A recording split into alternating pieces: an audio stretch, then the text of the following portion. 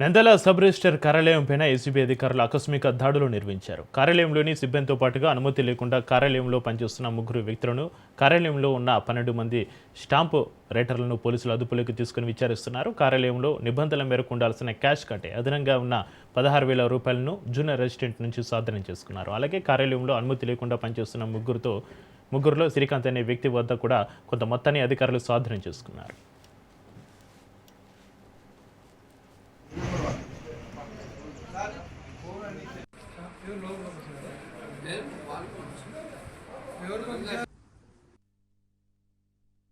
ACB DSP Kurnool నిన్నటి నుంచి మేము దాడులు కొనసాగిస్తున్నాము ఎస్ఆర్ఓ ఆఫీస్ నంద్యాల పైన. అది మీకు తెలిసిందేదే. నిన్న చెప్పిన కొన్ని ల్యాప్సెస్ చెప్పినాము.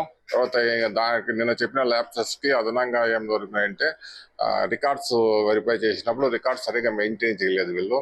ఈసీ గురించి డబ్బులు వసూలు చేసిన డబ్బుల అమౌంట్ మాత్రం మెయింటైన్ చేసినారు. ఈసీ ఎప్పుడు ఇచ్చిండేది తెలియదు. తర్వాత సిటిజన్స్ చార్టర్ అని ఉంటుంది. దానికి ప్రతి పని ఇంత టైం లోపల చేయాలని ఉంటుంది. సిటిజన్ చార్టర్ అమలు చేయడం లేదు. ఈసీ ఇవ్వాలంటే ఒక రోజులో కంప్యూటర్ ఈసీ ఇవ్వాలి, తర్వాత 3 రోజుల్లో మాన్యువల్ ఈసీ ఇవ్వాలి. అలా జరగడం లేదు. ఇదే విషయం మాకు వేరే వాళ్ళ ముందు పిటిషన్ లో పెట్టారు. ఇప్పుడు అది వెరిఫై చేస్తే అది నిజమని తేలింది. తర్వాత బోర్డు కూడా సిటిజన్ చార్టర్ బోర్డు కూడా లేదు ఇక్కడ.